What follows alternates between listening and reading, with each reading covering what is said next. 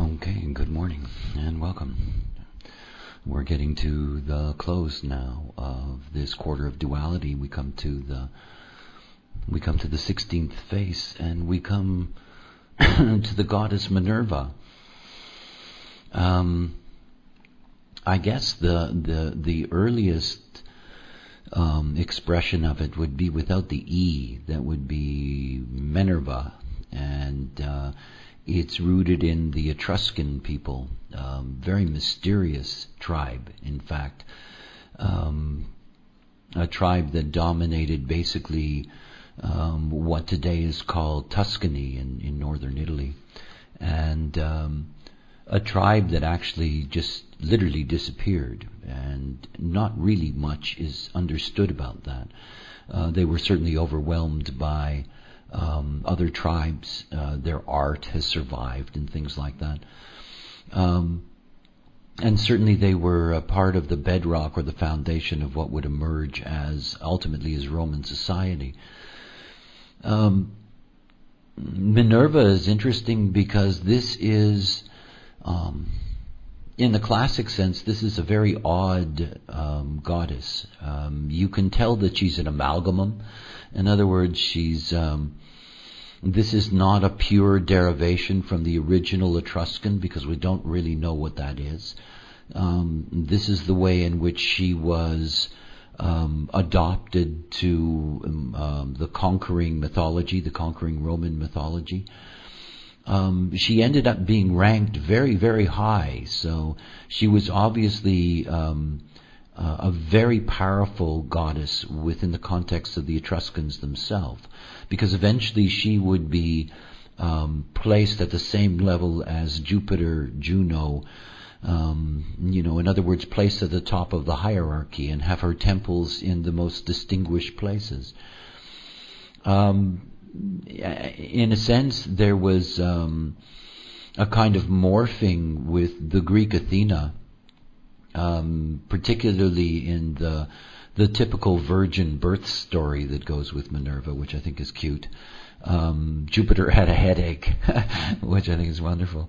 And Vulcan, useful to have Vulcan around.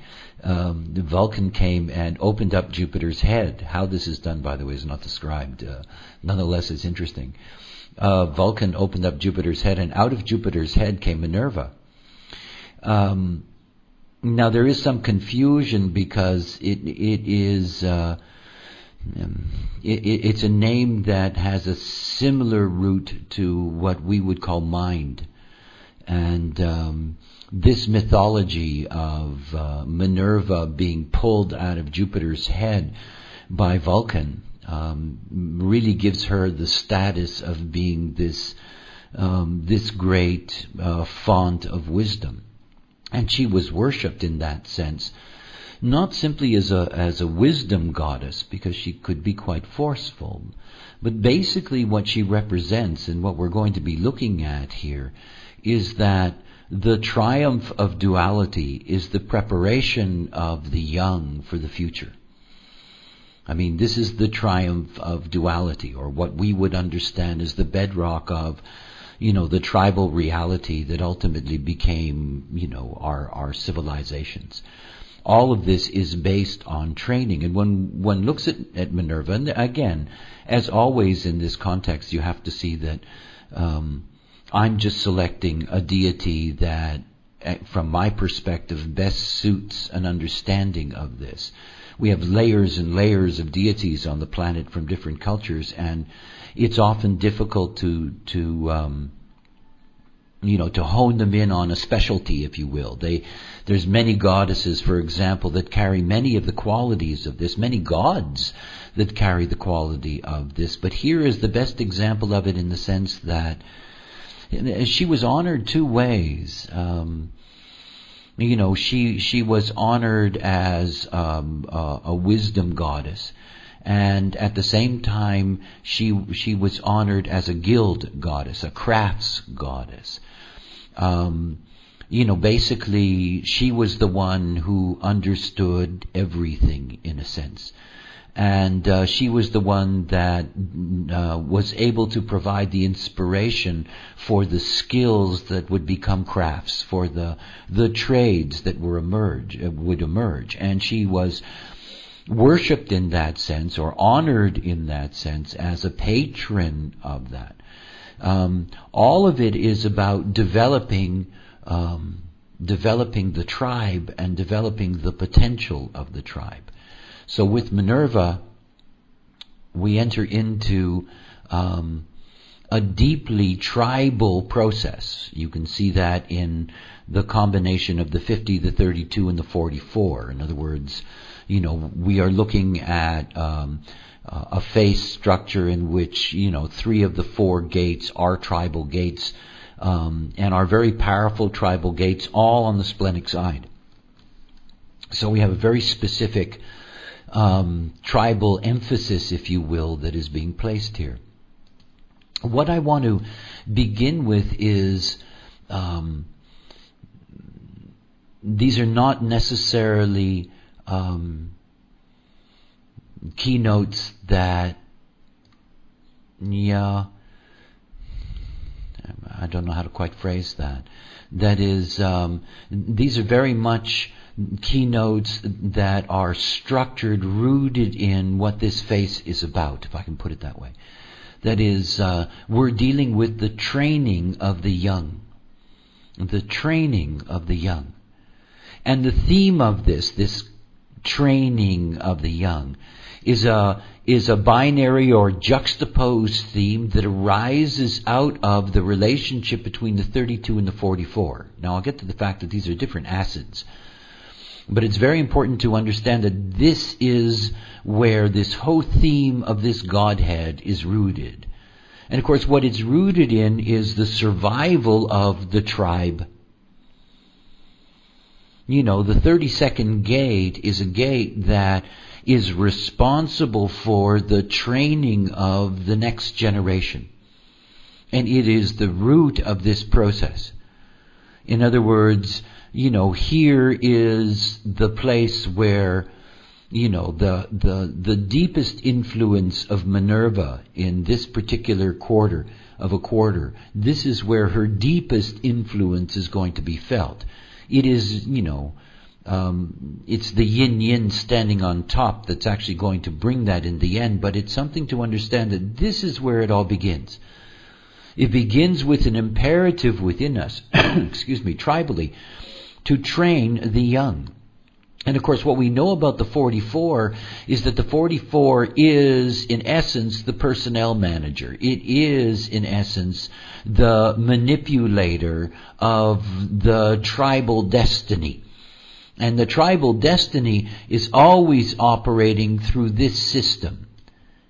It's not about the tribe on the other side, the 4037 and the 1949. It's a very, very different thing. This is about maintaining the tribal continuity. It's about maintaining the tribal continuity and its social involvement and support systems. But when you go over to the splenic side is about whether that tribe is actually going to be able to survive. It's very nice that the emotional side, is going to make sure that, there are sheep in the field and there are, houses and there's a water supply and so forth and so on. All of that's very nice, but the fact is that if you cannot defend, if you cannot keep up with, if you cannot produce innovation out of your tribe, if you cannot train your children properly, then the whole tribe ultimately is going to collapse. So everything here is about training the young. And of course the reason that we see this within the female context, because, it is obvious here that, I'm choosing a very, very specific yin variation for this, is to understand that, of course, traditionally this is where the burden of training, the burden of initial education lies. It lies in the hands of womanhood. And It's one of the major dilemmas on the planet that we have, that every time that, you as a society refuses to educate a young girl, you end up with men that are stupid. And, this is just an endless cycle of maintaining ignorance. So one of the things to grasp here is that the responsibility here is the responsibility that is handed over to the mother in that sense. It isn't to say that the father is not in some way a part of this. But as we could see in the previous phase, that's really where the father tends to, express its involvement, if you will, in the whole development of the duality, the family, and the way in which that's going to move. But you see, here we're at the gateway to mutation. We're at the gateway to, once it's done, life itself has to be dealt with. That is the very nature of the wheel turning, the very nature of finality in this life process, the very nature of decay and breakdown, the very nature of what aging represents, the spirit equipment necessary, and so forth and so on. In other words, where we are right now is the practical that closes the door on duality. The practical. And so it begins with the school. This is where it begins. See, there's always been within the tribe the school. We know that. We know that the ancient masters, wherever they may have been, always had their disciples, their students. There was always that group educational process. There were all kinds of numbers attached to it, that you had 7 students, 11 students, 12 students, that you had 15. There was all of these various patterns, and you can see them no matter where you go. If you look into the shamanistic history of any primitive tribe, you will see that education, that is group education, is something that is built into the tribe. It's not the same education that the collective ultimately would develop with its logic systems and its patterns. In other words, not the educational system that we have seen emerge since the beginning of the 1600s. What we're looking at is the very specific tribal education system, which prepares the child for not simply being able to live within the tribe, in other words, to understand its place within the tribe, but also to be able to provide it with the security and to provide it with enough training that it can be prepared for adulthood. Now, obviously, that is a preparation for adulthood within the context of the tribe. One of the things that we have seen in the era of the cross of planning is that we have seen this tremendous tension between the 9-16, that is between the collective logical values in that cross, with its tribal 40-37. And of course, what we end up with is a new kind of bargain in terms of education. That is, the tribe relents to a much more collective education, and yet a collective education that is still tribal in its nature. In other words, the preservation of local customs, holidays, language usage, all these kinds of things. We also see a backlash against that. In other words, we see the rise of parochial schools, that is, specifically cultural and religious schools that are only intended for tribal members. We see the backlash through fundamentalism, in which collective education is rejected in favor of tribal education. And of course, tribal education can be very primitive in terms of the way in which the whole process is developed. And we know that simply by being witnesses on this plane. So the school of the 32. Now the 32 is an interesting gate at many, many levels. It really is. It is a gate that carries a great deal of authority. It carries a great deal of authority because it is, in essence, the gate that recognizes potential. That's what it's good at. That is, it's good at, within the context of the channel. Obviously, the 54th gate is the marrying maiden. It's a gate of ambition. It's the need to rise up.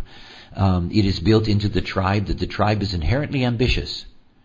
I mean, we fault tribes for their tribalism, their warfare, all of these things, but it's not like it's their fault, in the sense that it's not like these mechanisms that are operating within them, are illegitimate. What is incorrect is simply the behavioral model that they use for decision making. But in fact, built into the tribe is a deep ambition. My tribe's better than your tribe. My God's better than your God is still something that is chanted daily throughout the world. And it's something to understand. It begins here. It begins with this recognition of ambition. And of course the tribe needs its leaders. It needs its skilled labor. It needs intelligence. It needs all of these things. And of course the 32 is the spotter. And of course the way you spot it is that you cannot spot it in isolation unless you're dealing with an unusual example. The way in which the tribe does that, of course, is that while the men are out doing whatever they do, hunting, working in the fields, whatever it is, that the women are left with the children. And so the children are gathered together, and here begins this education. And in this education, in this process, they are being observed for potential. This is why in one of the great confusions in the marriage process is so often the confusion between the 5432, which is the arranged marriage, and the 1949, which is the marriage of, well, all right, let's call it love, but let's not get too carried away with that. But nonetheless, there's a lot of confusion. It's why, for example, that the splenic side of the tribe, which represents the commercial imperative in us, that there are so many relationships and affairs that take place with people working with each other. And this is the 3254 channel that's very much connected to that. So there's this authority in the 32. Now 54s are always trying to get the 32's attention. So in these group environments, it's very easy, first of all, to be able to distinguish who has potential. For the women to really know these children well, ultimately to be able to, sit in and decide who marries who, as an example. This is where the future leaders of the tribe are found. And of course, it comes through how they are schooled. Now, of course, every tribe is going to operate differently in the way in which that schooling is done. In other words, the children are given tasks, they are told stories, all of these various things, slowly but surely within the context of the tribe, they are schooled by the 32 for their potential. Now, of course, it can be a real burden for the child that, is uninterested in that particular environment, to end up for all of its life being considered that way, no matter where it goes. And of course, all of us understand about how fixed our families and our clans can be, about their impression of us based on when we were little kids, rather than what we have accomplished or what we have become in our life process. So this school has to be understood within the tribal context. In other words, the responsibility of the women to teach these children. Now, in order for the tribe to succeed, one of the things that is here is the teaching of crafts. And of course, today you have to deconstruct that and understand that obviously, you can see this at multi-levels, but I want to keep it simple so that you can grasp the program at work here. The crafts were very important. As a matter of fact, the development of craft was more important than the development of warfare. And this is where, the yin spirit shows itself. You see, the moment that you can get to a place where the world is a business, you have much less per capita violence. You just do. In other words, the more that people turn their competition towards peaceful endeavor, my pot's nicer than your pot, therefore I get a nicer cut of meat than you do, and that doesn't lead to bloodshed.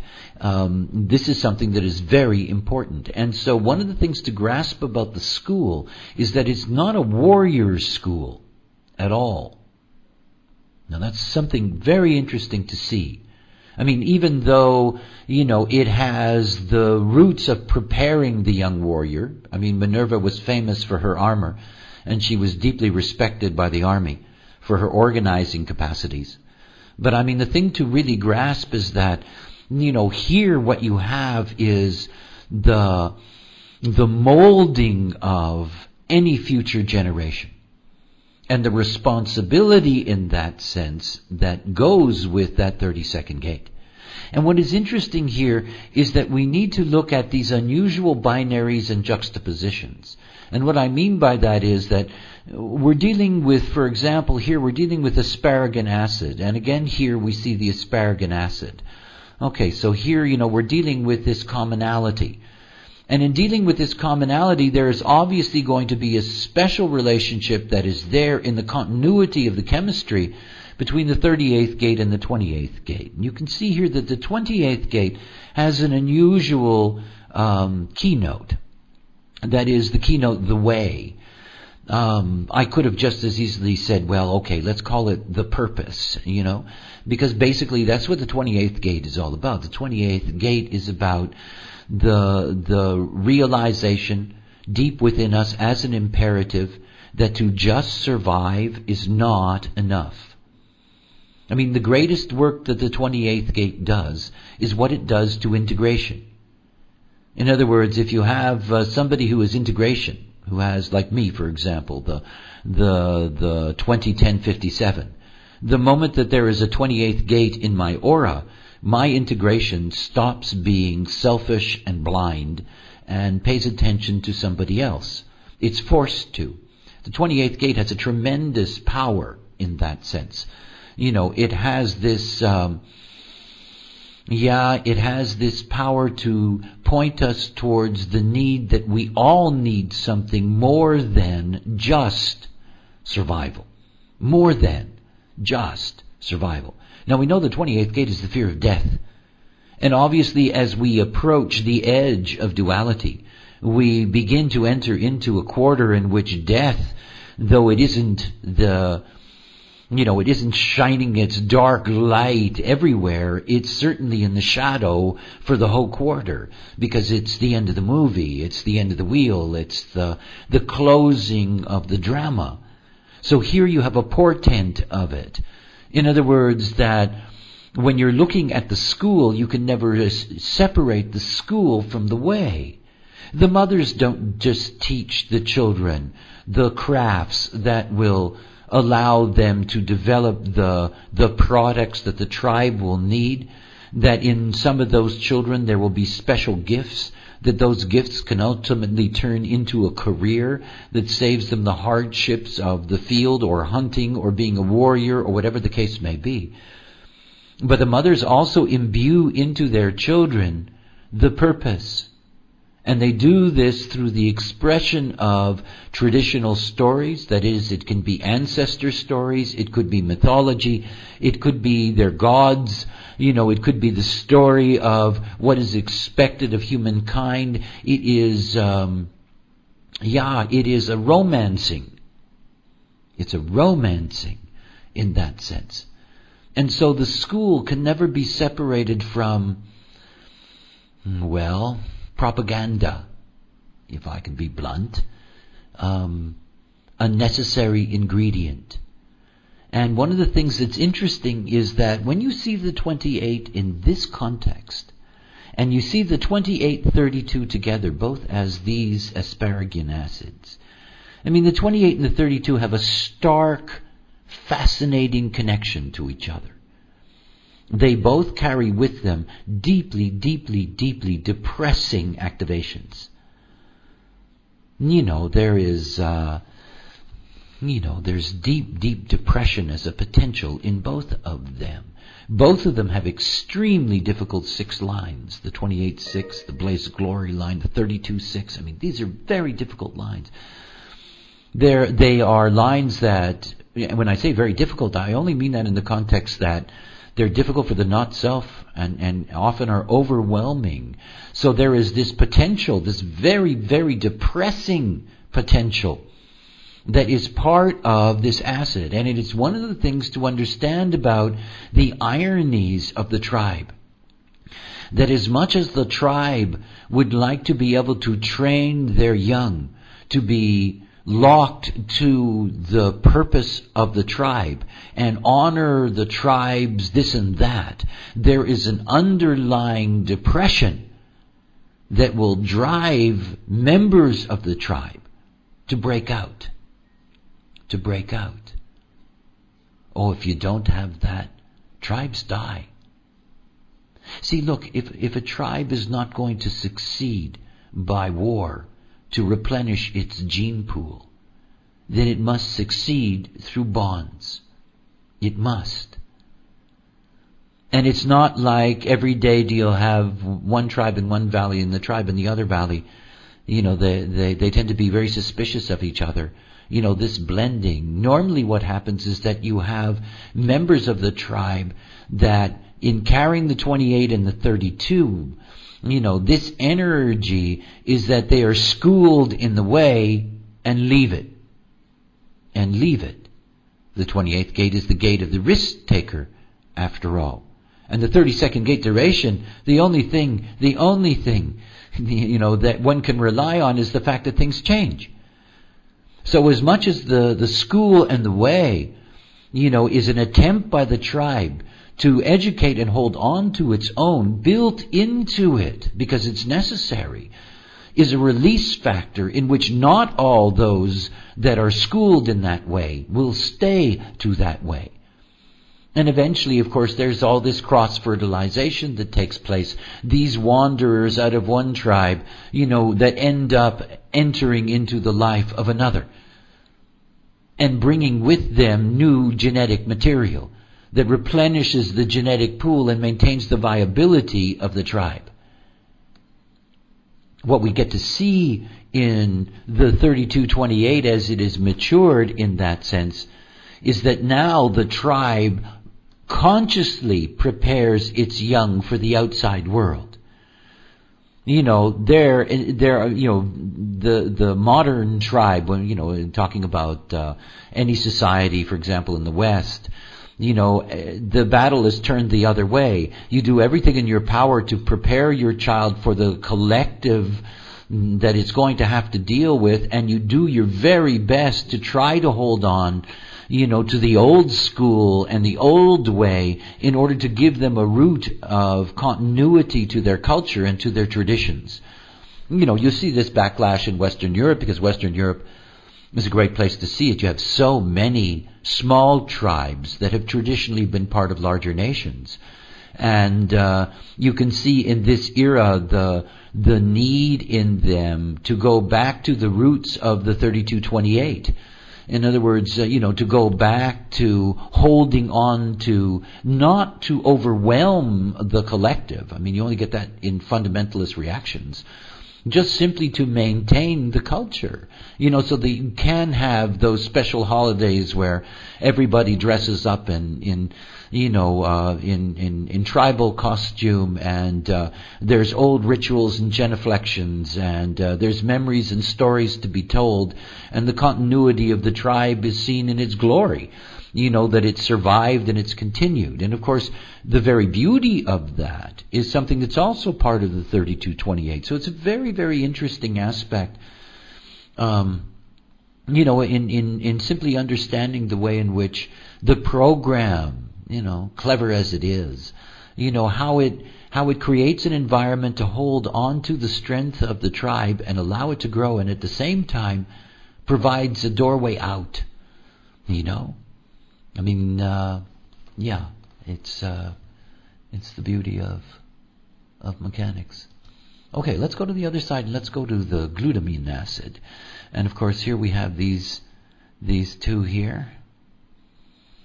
And the place to begin, obviously, is the 50th gate. In essence, the 50th gate rules this codon. I start with the 32 because I think it best embodies an understanding of why Minerva is the poster girl for this particular phase. That is, the training of the young, the development of their skills. By the way, she invented music as well, and she was honored as by the ancient music guilds. This was somebody that brought both the training for the female principle and the training for the male principle. And but the 50th gate, this is the master of the spleen. I mean, this is the gate that everything about the spleen has emerged from. It's all rooted in the 50th gate. The 50th gate is it is a deep, deep resource of immune system potential intelligence. And of course, we see what happens out of the 50th gate. Out of the 50th gate, we have three very distinct streams of intelligence that have developed, what we call, the judgmentation of the logic and the intuition of the individual and the instinct of the tribe. And even though you do not see a logical intelligence in this particular phase, it is there. It's just, it doesn't have an important role. It is buried inside of the potential of the 50. But again, it's very important to see that it is the logic gates that create the collective school system, that create the collective education, that create the patterns of challenging each generation's knowledge and adding to each generation's knowledge in a structure. Whereas, of course, the tribe is very personal. It's very connected. It's about maintaining the support system for the tribe, and so many other things. So the 50th gate here is something that's very special, and you can see that it comes with a keynote that is not hard to reach, because of course we know that the 50th gate is one of the gates of the cross of laws, that it's the 50th gate that really does provide the rules for the tribe. It's the 50th gate, for example, that establishes the sexual rules for the tribe. It is the 50th gate in that sense that establishes the initiation rites for the child. And here you're seeing a movement away from the school and its way, which again is the school and its both mundane and spiritual direction, that here you're moving into something else. In other words, here you're moving into, in a sense, behavioral patterns that are being imposed on the tribe. Not logical patterns of the collective that can be renewed and changed easily. Because, of course, if you say 1 and 1 is 4, everybody is going to laugh. It doesn't work because logic, it's very easy to get to the point. And of course, here within the rules of the tribe, the rules often seem arbitrary. Not only arbitrary, they often seem very cruel. They don't seem like they're logically thought out, as an example. We go back to laws that say, if you steal, you will have your right hand cut off. Well, that's a really cruel thing to do. Yes, no condoning of thievery. However, the rules can be unbelievable in their severity. And again, these are the rules of the, in mammals. Always interesting, by the way. One of these days I got to do a mammal course. It's really interesting to understand mammalian design, even though it's a 15-gate matrix. There are very, very important things to see in that, because after all, we are mammals. And just because we've added different layers to gate values does not mean that we don't have mammalian roots in it. And what's interesting, and the reason I bring this up, is that the 5027 is the mammalian version of the 59-6. In other words, the 50-27 in mammals is their sexual continuity, that is, it is the way they bond, and the 50th gate in mammals is the gate of herding. And, once you grasp that, you can see what these rules are intended to do. They are intended to bind the herd together. They bind the herd together. They control the sexual reproduction of the herd. I mean, this is a very, very powerful place of control in that sense within the tribe itself. And these rules are not subject to election or selection. They are not subject to, they're not. And they're not because they, exist in the guise of the way. In other words, that, the 50, the rules of the 50 are the rules of the God, or the rules of the goddess, or, they are the rules of the ancestors. They are the locked in pattern. And there's no way out. And whether they're logical or not, whether they are in fact cruel or not, is not the point. This is what binds the herd together. Now often, unfortunately, this always has included some kind of ritual scarring, marking, cutting, whether it is male or female circumcisions, whether it is the scarring of the body, whether it is going through, all kinds of things in order to be allowed in that sense to be able to enter into a bond with another human being locked into the rules of the tribe. Powerful thing. I mean, one of the most difficult things that the collective deals with is tribal rules. The other day in El País, the one of the large Spanish dailies, which is left of center daily, it's been covering domestic violence in Spain for the first time, something that was overlooked in Spain for a very long time. Many countries in the southern European zone. And statistically, as it turns out, they're not as bad as most, even though it's getting a lot of press these days.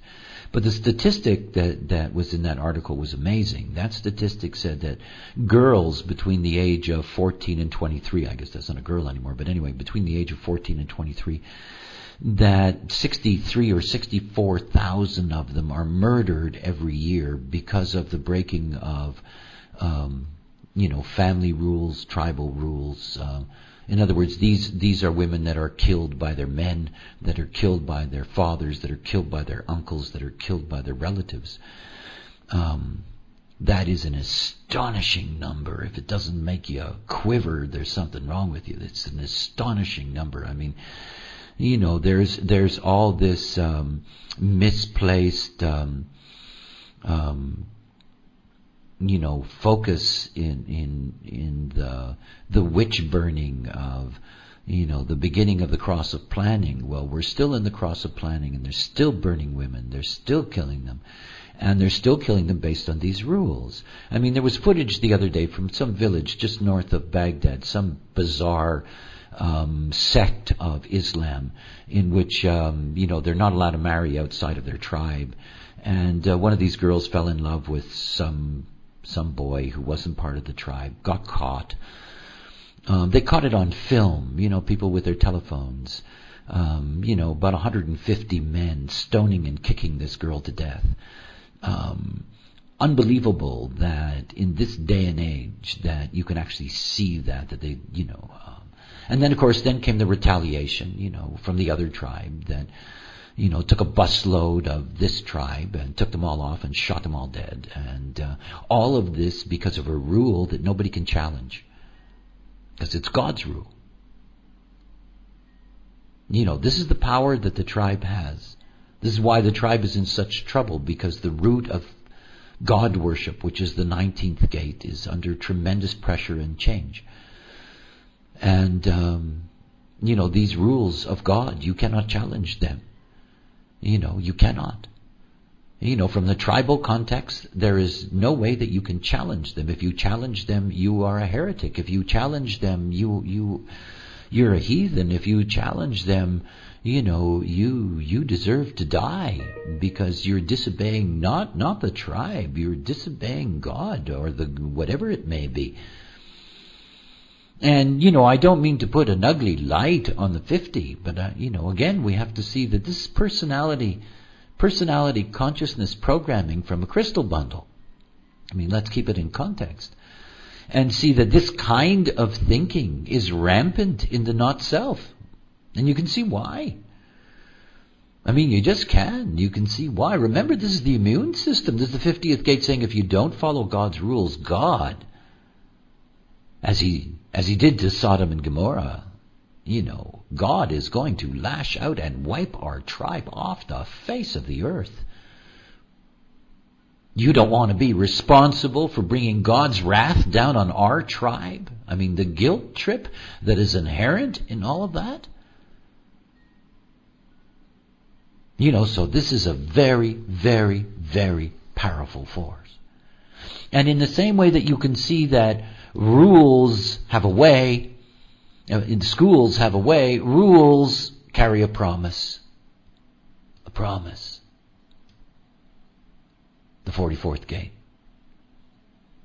In a sense, it is the promise of victory. Really. And the victory is survival. One of the most interesting things about the 44th gate is that it's a cross-special gate. Cross-special gate for birds, reptile, and fish. And in essence, it is the only cross-special gate that goes back historically, in that sense, to an era of life in which humans, in a sense, didn't exist. One of the most interesting things about the 44th gate is its fear of the past, which is in fact a deep, deep fear of extinction. Extinction. That's what the 44th is afraid of. It's not afraid of its individual life disappearing. It is afraid of the tribe and its way of life disappearing. In this day and age, people have a hard time, at least anybody who's reasonably educated, has a very hard time understanding how a young man or woman will strap bombs to their body and walk into a room and kill people, blow themselves up.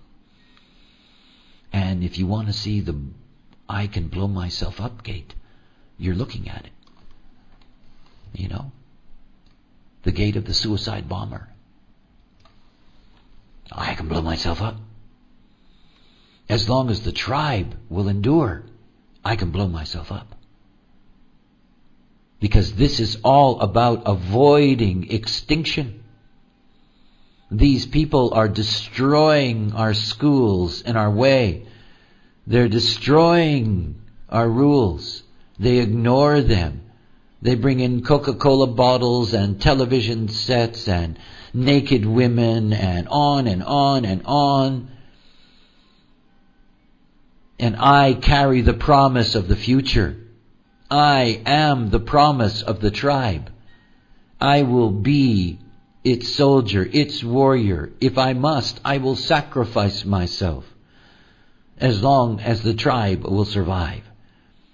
I will take a lesser role in life. I will serve rather than lead for the tribe to survive. And oh boy, is this gate good at it. There are only two gates that are truly equipped to handle the ego. Only two. The 44 and the 25. The 37 and the 45 have a very, very different relationship with the ego. But this handling the ego is the potential of the 44. Remember that war is not natural to this Godhead. It belongs to the 26th gate. You know, when we get into the quarter of mutation, where death is a shadow, now I will bring you the Prince of Death. I mean, you know, the 26th gate is really something. You know, we can guss it up with its egoism and its marketing panache. But this gate has a very, very singular association biologically. T cell. I mean, the T cell makes a Schwarzenegger character look like a wussy, you know? I mean, the T cell is about the most savage thing you can imagine. I mean, savage. It eats its enemy alive. It is uncompromising. It's a killing machine. Absolute killing machine. And this is what the 44, as a representative, the final representative in a sense, this is really where this face gets to express itself by conditioning the 26 at the other end. This channel of transmission, this channel of tribal propaganda, this channel of jingoism. Let's get ready for war. It's all here. We will sacrifice for the tribe. We will let them bomb our buildings and kill our children. We'll keep on fighting for our tribe. Yeah. See, this is a very, very, very important place to understand why we live in a world where it is so difficult to lift ourselves up out of primitive, tribal, locked-in ignorances. It's here. And these are fear gates. Powerful, powerful fear gates. In an awareness that is the bedrock of humanity. You know, the tribe is in all of us. And of course, through this activation, through the way in which this bundle operates, you know, there is this incredible influence. It takes a lot to get past that. See, the collective where it succeeds becomes tribal. You ever notice that? I mean, you know, the United States is one of those extraordinary examples of a collective triumph.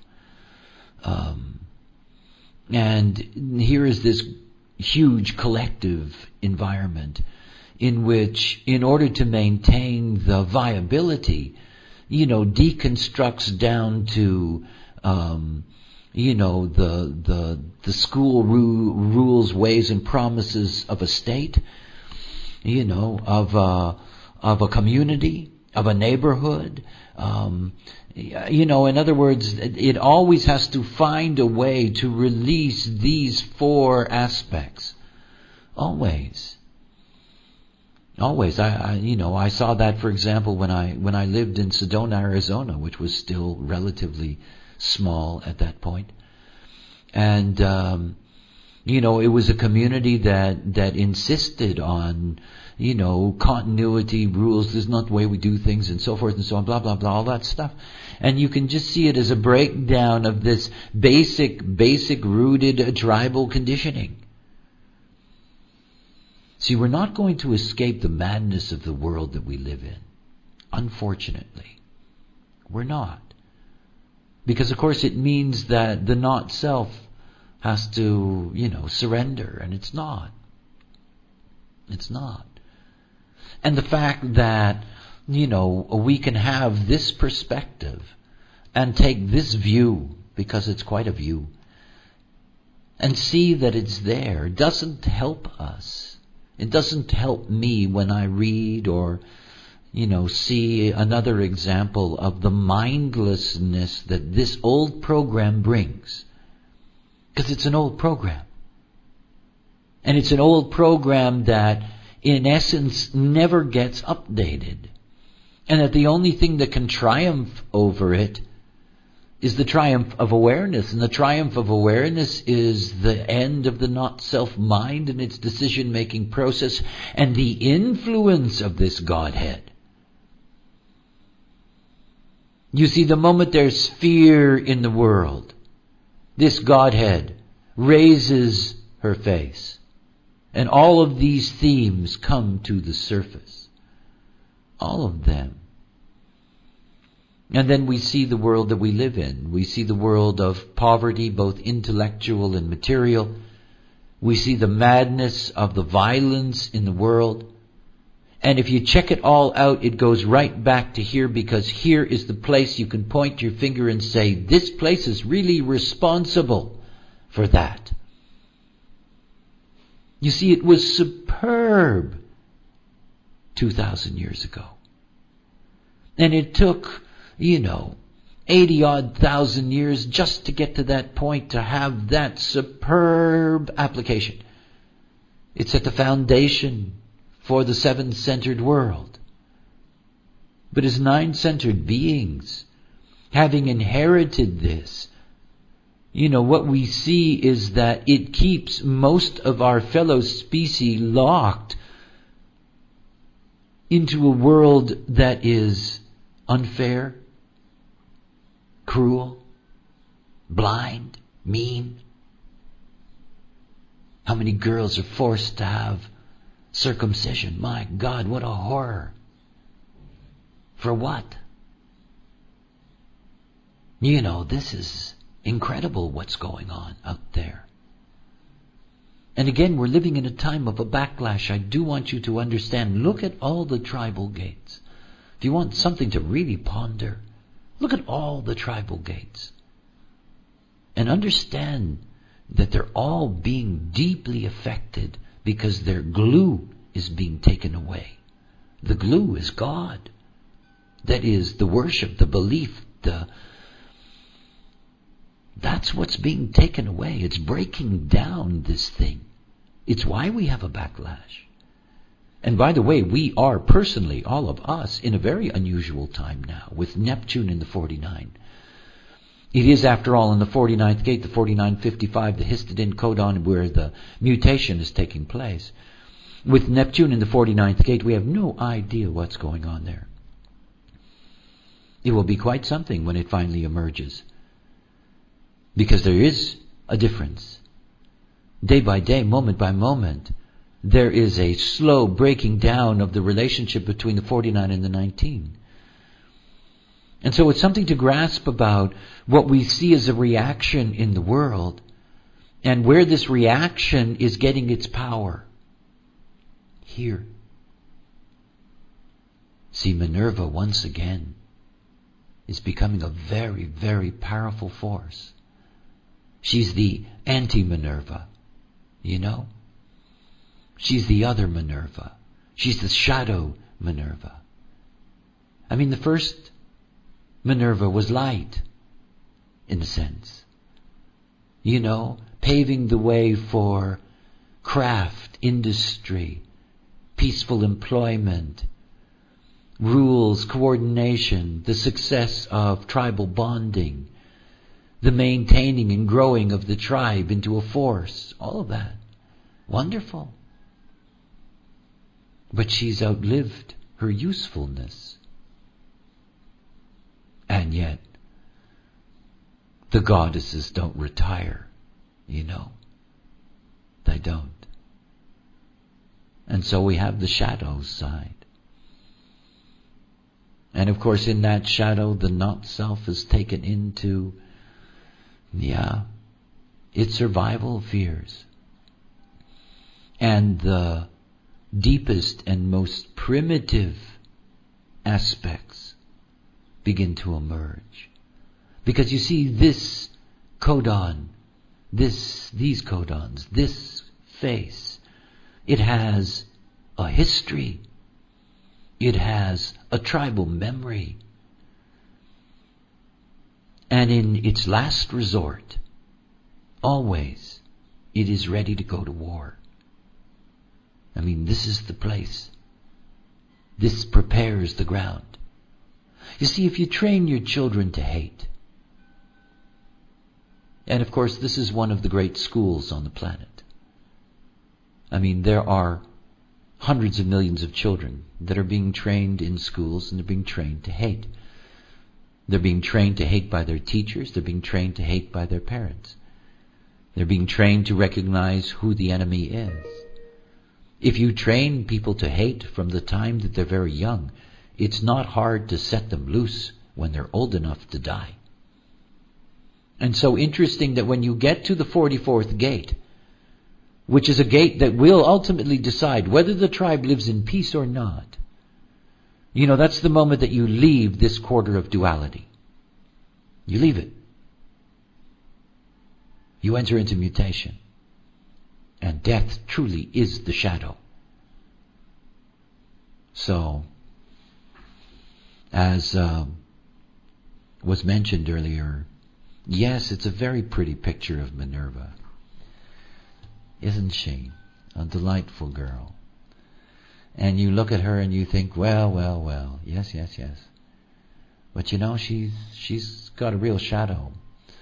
And her shadow is having a deep negative impact on the lives of so many human beings. And by the way, it's not her fault. I mean, the crystal bundle is a crystal bundle. It isn't thinking, it isn't calculating, it isn't working anything out, it isn't even aware that this is all going on. It's just a filter mechanism. And, if we lived in an age of ignorance once again, we would give her a new name because the shadow is different than the light. And the role that she plays today in the not self is so different than what that imprint was all about. I mean, it's the fascinating thing about the evolutionary process and the evolution of consciousness, that the evolution of consciousness is taking place in us. We are the ones who are experientially being transformed generation after generation. The forces that empower us fundamentally remain the same. There is a modest evolutionary shift because the background star field shifts. So there is a modest, very slow evolutionary process that's involved. But in fact, they are very much stuck in an ancient configuration. And that Minerva was effectively doing her role, as I said, for probably, 83 or 84, 85,000 years. And it's only in the last 400 years, with the advent of the nine-centered being, that, this is no longer a nice thing and useful. This is an instrument of maintaining the past and maintaining some of the worst practices and concepts of the past. But again, no blame, no fault. It is what it is. And there is only one way to transcend it. You break your covenant with the gods. You deny them the right to run your life, which means that you deny them access beyond the mind. You turn to your inner intelligence. You turn to the authority that's within you. And you trap these gods and goddesses in a kind of aquarium, where you as a passenger can watch them play out their imprints and play out their preferences as you watch your mind look at the world. And every once in a while, when you're caught in a Minerva grasp and you can see it, you can smile and understand that,